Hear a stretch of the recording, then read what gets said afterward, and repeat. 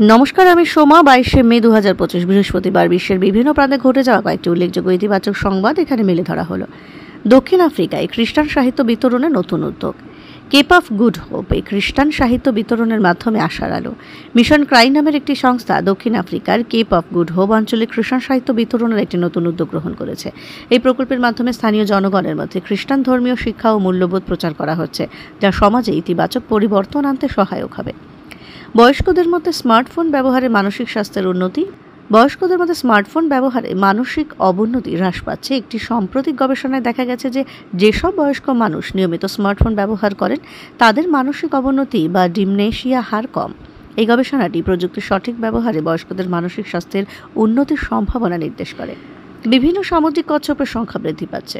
বিশ্বব্যাপী বিপন্ন সামুদ্রিক কচ্ছপের সংখ্যা বৃদ্ধি পাচ্ছে। বিশ্বব্যাপী বিপন্ন সামুদ্রিক কচ্ছপের সংখ্যা বৃদ্ধি পাচ্ছে। একটি বৈশ্বিক সমীক্ষায় দেখা গেছে যে বিশ্বের বিভিন্ন অঞ্চলে বিপন্ন সামুদ্রিক কচ্ছপের সংখ্যা বৃদ্ধি পাচ্ছে।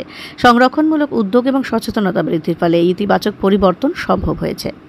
ভারতের অর্থনৈতিক স্থিতিশীলতা বজায় রাখছে। আরবিআই ভারত বৈশ্বিক নিশ্চয়তার মধ্যে অর্থনৈতিক স্থিতিশীলতা বজায় রাখছে।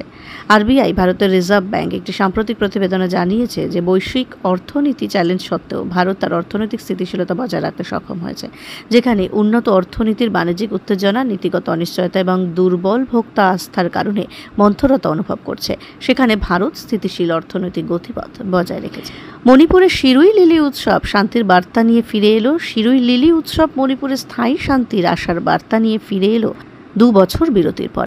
মণিপুরের উখরুলে শিরুই লিলি উৎসব পুনরায় অনুষ্ঠিত হয়েছে, যা রাজ্যের সাংস্কৃতিক ঐতিহ্যকে উদযাপন করে এবং শান্তি ও ঐক্যের বার্তা বহন করে। উৎসবে ঐতিহ্যবাহী নৃত্য, সাহিত্য এবং ক্রীড়া প্রতিযোগিতা অনুষ্ঠিত হয়, যা সমাজের সমন্বয় ও সম্প্রীতির পরিবেশ সৃষ্টি করে। কলকাতায় দক্ষিণেশ্বর কালী মন্দিরে কাজলের পূজা। মা চলচ্চিত্রের মুক্তির আগে কাজলের দক্ষিণেশ্বর কালী মন্দিরে পূজা। 22শে মে 2025 তারিখে অভিনেত্রী কাজল তার আসন্ন মিথোলজিক্যাল হরর চলচ্চিত্র মায়ের মুক্তির আগে কলকাতায় দক্ষিণেশ্বর কালী মন্দিরে পুজো দেন। তিনি বলেন, এটি তার অভিনীত অন্যতম শক্তিশালী চরিত্র।